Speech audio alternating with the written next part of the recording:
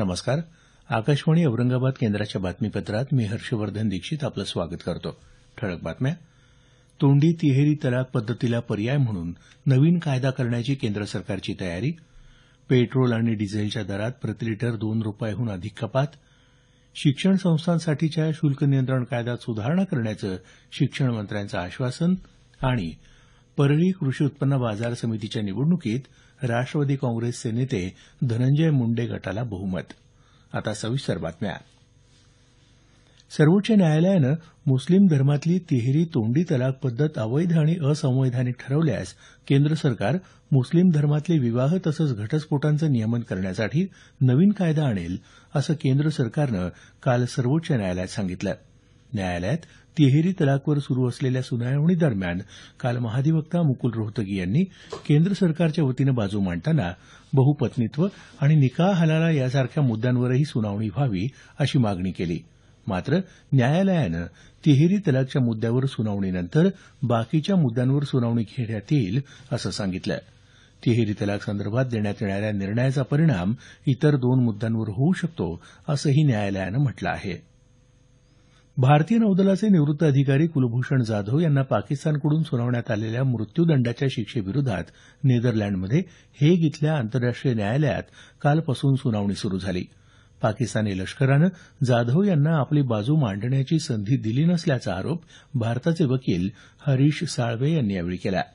जाधव यांना सुनावलेली शिक्षा हा व्हिएन्ना कराराचा भंग असून जाधव यांना भारतीय राजदूताची भेट घेऊ दिली नाही असंही साळवे म्हणाले. कुलभूषण जाधव यांच्या कबुली जबाबाची चित्रफीत बनावट असल्याचंही साळवे यांनी न्यायालयात सांगितलं. त्यानंतर न्यायालयानं ही चित्रफीत दाखवण्यास परवानगी दिली नाही. पेट्रोल आणि डिझेलच्या दरात कपात झाली आहे. पेट्रोल प्रतिलिटर 2 रुपये 16 पैसे तर डिझेल प्रतिलिटर 2 रुपये 10 पैशांनी स्वस्त झालं आहे. मध्यरात्रीपासून हे नवे दर लागू झाले. आंतरराष्ट्रीय बाजारात तेलाच्या दरात झालेली घसरण आणि डॉलरच्या तुलनेत रुपयाचं मूल्य वाढल्याच्या पार्श्वभूमीवर हे दर कमी करण्यात आले असल्याचं भारतीय तेल कंपनी महामंडळानं सांगितलं. विद्यमान शुल्क नियंत्रण कायद्यात लवकरच सुधारणा करण्यात येईल तसंच कोणत्याही शाळांना अथवा शिक्षण संस्थांना नफेखोरी करू देणार नाही असं शिक्षण मंत्री विनोद तावडे यांनी स्पष्ट केलं आहे. शैक्षणिक शुल्क वाढीसंदर्भात तावडे यांच्या प्रमुख उपस्थितीत काल पुण्यातल्या 18 पैकी 6 शाळांची सुनावणी घेण्यात आली. त्यानंतर ते बोलत होते. नफेखोरी झाल्याचं आढळून आल्यास अशा शाळा आणि शिक्षण संस्थांवर कारवाई करण्यात येईल अशी ताकीदही त्यांनी दिली. भारतीय माध्यमिक शिक्षण प्रमाणपत्र आयसीएसईच्या कोणत्याही शाळांना पुस्तकं शाळेतूनच घेण्याची सक्ती पालकांवर करता येणार नाही असंही तावडे यांनी नमूद केलं. शैक्षणिक संस्थांच्या मनमानी शुल्कवाढीविरोधात सिस्कॉम संस्थेनं नुकताच एक अहवाल शासनाला सादर केला. मुंबईत काल झालेल्या पत्रकार परिषदेत सिस्कॉमचे अध्यक्ष राजेंद्र धारणकर यांनी ही माहिती दिली. शिक्षण सुधारणा मोहिमेअंतर्गत शुल्क फेररचना करण्यासाठी हा अभ्यासपूर्ण सूचना अहवाल तयार केला असल्याचं त्यांनी सांगितलं. शुल्क रचना सुधारणं, शाळांच्या रचना सुधारणं, शाळेच्या विकासासाठी शुल्कात साधारण 13% वाढ या अहवालात सुचवण्यात आली आहे. या अहवाल आणि पद्धतीनुसार सर्वसामान्य पालकांनाही त्यांच्या पाल्यांसाठीचं अधिकृत शुल्क किती असावं हे समजणार असल्याचं धारणकर यांनी सांगितलं. राज्यात सर्व शासकीय वैद्यकीय महाविद्यालय आणि रुग्णालयांमध्ये उपलब्ध रुग्णखाटांच्या प्रमाणात अध्यापक वर्ग आणि विद्यार्थी संख्या वाढवण्याचे निर्देश मुख्यमंत्री देवेंद्र फडणवीस यांनी प्रशासनाला दिले आहेत. त्याबाबतचा कृती अहवाल 3 महिन्यात सादर करण्यासही मुख्यमंत्र्यांनी सांगितलं आहे. रुग्ण आणि डॉक्टरांच्या हिताबरोबरच डॉक्टरांच्या सेवा तसंच कर्तव्यामध्ये समतोल साधण्यासाठी मुख्यमंत्र्यांनी हे निर्देश दिले असून त्याची पूर्तता करण्यासाठी आपण पाठपुरावा करत असल्याचं वैद्यकीय शिक्षण मंत्री गिरीश महाजन यांनी सांगितलं. या निर्णयामुळे आरोग्य सेवेचा दर्जा वाढवणं, अध्यापक, डॉक्टर आणि विद्यार्थ्यांच्या कामाचा ताण कमी करणं, उपलब्ध सोयी सुविधांचा पूर्ण क्षमतेनं वापर करणं तसंच पदवी आणि पदव्युत्तर विद्यार्थ्यांची संख्या वाढवणं शक्य होणार आहे. सामान्य नागरिकांचे प्रश्न निकाली काढण्यासाठी प्रशासनानं लोकशाही दिनाची वाट पाहू नये असं मुख्यमंत्री देवेंद्र फडणवीस यांनी म्हटलं आहे. मंत्रालयात काल ऑनलाईन लोकशाही दिनात नागरिकांच्या तक्रारींवर सुनावणीनंतर ते बोलत होते. यापूर्वीच्या लोकशाही दिनातल्या प्रलंबित प्रकरणांवर 3 दिवसात कारवाईचे निर्देश मुख्यमंत्र्यांनी दिले. यावेळी 23 प्रकरणांवर सुनावणी घेण्यात आली. यामध्ये औरंगाबाद, बीड आणि परभणी जिल्ह्यातल्या नागरिकांच्या तक्रारींचाही समावेश होता. राज्यातल्या शेतकऱ्याला आधार देण्यासाठी कर्जमाफीची नाही तर कर्जमुक्तीची गरज आहे असं मत शिवसेना पक्षप्रमुख उद्धव ठाकरे यांनी व्यक्त केलं आहे. शेतकऱ्यांना न्याय देण्यासाठी शिवसेनेकडून संपूर्ण शिवसंपर्क अभियान राबवलं जात आहे. या अभियानांतर्गत उद्धव ठाकरे काल अकोल्यात बोलत होते. शेतकऱ्यांच्या प्रश्नावर शिवसेना गंभीर असल्याचं सांगत शेतकऱ्यांना न्याय मिळवून दिल्याशिवाय शिवसेना स्वस्थ बसणार नाही, गरज पडली तर सरकारविरोधात जनआंदोलन उभं करायची शिवसेनेची तयारी आहे असंही उद्धव ठाकरे यांनी सांगितलं.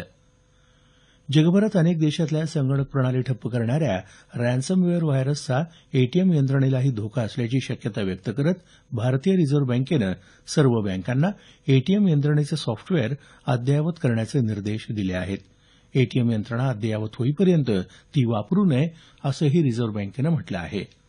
हे बातमीपत्र आकाशवाणी औरंगाबाद केंद्रावरून प्रसारित केलं जात आहे.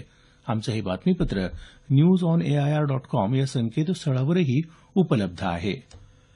बीड जिल्ह्यात परळी कृषी उत्पन्न बाजार समितीच्या निवडणुकीत विधान परिषदेतले विरोधी पक्षनेते धनंजय मुंडे यांच्या पंडित अण्णा मुंडे शेतकरी विकास पॅनलनं 18 पैकी 14 जागा जिंकून विजय मिळवला. ग्रामविकास मंत्री पंकजा मुंडे यांच्या लोकनेते गोपीनाथ मुंडे शेतकरी विकास पॅनलला अवघ्या 4 जागा जिंकता आल्या. दोन्ही गटांनी ही निवडणूक प्रतिष्ठेची केली होती. सीना कोळेगाव प्रकल्पातून भोत्रा बंधाऱ्यामध्ये 3.5 दशलक्ष घनमीटर पाण्याचा विसर्ग केला जाणार आहे. उस्मानाबादचे पालकमंत्री दिवाकर रावते यांच्या उपस्थितीत काल मंत्रालयात झालेल्या बैठकीत हा निर्णय घेण्यात आला. या पाण्याचा लाभ फक्त परवानाधारक शेतकरीच घेतील यादृष्टीनं कार्यवाही करण्यात यावी. थकबाकीदार परवानाधारकांकडून तातडीनं थकबाकी वसूल करण्यात यावी. नदीपात्रात बेकायदेशीर वीज पंप लावून पाणी उपसा करणाऱ्यांवर कारवाई करावी असे निर्देश पालकमंत्री रावते यांनी यावेळी दिले. परभणी महानगरपालिकेच्या महापौर आणि उपमहापौर पदाची आज निवड होणार आहे. महापौर पदासाठी 4 तर उपमहापौर पदासाठी 6 अर्ज दाखल झाले आहेत. परभणी महानगरपालिकेच्या निवडणुकीत कोणत्याही एका पक्षाला स्पष्ट बहुमत मिळालेलं नसून 65 पैकी सर्वाधिक 31 जागा जिंकून काँग्रेस हा सर्वात मोठा पक्ष ठरला आहे. राष्ट्रवादी काँग्रेसनं 18, भारतीय जनता पक्षानं 8, शिवसेनेनं 6 तर 2 जागांवर अपक्ष उमेदवार निवडून आले आहेत. दरम्यान महापौर निवडणुकीच्या पार्श्वभूमीवर राजकीय उलथापालथीची शक्यता गृहीत धरून प्रशासनानं मोठा बंदोबस्त लावला असल्याचं आमच्या वार्ताहरानं कळवलं आहे. लातूर जिल्ह्यात रेणापूर नगरपंचायतीच्या पहिल्या सार्वत्रिक निवडणुकीत 24 मे रोजी मतदान होणार आहे. पंचायतीच्या 17 जागांसाठी 73 उमेदवार निवडणूक रिंगणात असून एकाही पक्षाला पूर्ण 17 उमेदवार देता आलेले नाहीत. काँग्रेस पक्षाचे 15 अधिकृत उमेदवार असून 2 पुरस्कृत उमेदवार आहेत. भारतीय जनता पक्षाचे 16 अधिकृत उमेदवार असून 1 पुरस्कृत उमेदवार आहे. या निवडणुकीत राष्ट्रवादी काँग्रेस 13, शिवसेना 15, राष्ट्रीय समाज पक्ष 2 तर संभाजी सेना 8 जागा लढवत आहे.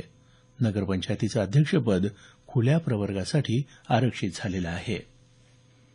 कालबद्ध पदोन्नतीचा आदेश निर्गमित करण्यासाठी कर्मचाऱ्यांकडून लाच मागणाऱ्या हिवताप विभागाच्या सहाय्यक संचालकाला काल औरंगाबाद इथं रंगेहात अटक करण्यात आली. संजय देशपांडे असं त्याचं नाव असून लाचलुचपत प्रतिबंधक विभागानं त्याला 2 कर्मचाऱ्यांकडून 5,000 रुपये लाच घेताना कार्यालयात काल अटक केली. कोल्हापूरच्या शिवाजी विद्यापीठाचे कुलगुरू डॉ. देवानंद शिंदे यांच्याकडे पुण्याच्या सावित्रीबाई फुले विद्यापीठाचे प्रभारी कुलगुरू म्हणून कार्यभार काल सोपवण्यात आला आहे. शेवटी पुन्हा काही ठळक बातम्या. तोंडी तिहेरी तलाक पद्धतीला पर्याय म्हणून नवीन कायदा करण्याची केंद्र सरकारची तयारी. पेट्रोल आणि डिझेलच्या दरात कपात. शिक्षण संस्थांसाठीच्या शुल्क नियंत्रण कायद्यात सुधारणा करण्याचं शिक्षण मंत्र्यांचं आश्वासन. आणि परळी कृषी उत्पन्न बाजार समितीच्या निवडणुकीत राष्ट्रवादी काँग्रेसचे नेते धनंजय मुंडे गटाला बहुमत. याबरोबरच हे बातमीपत्र संपलं.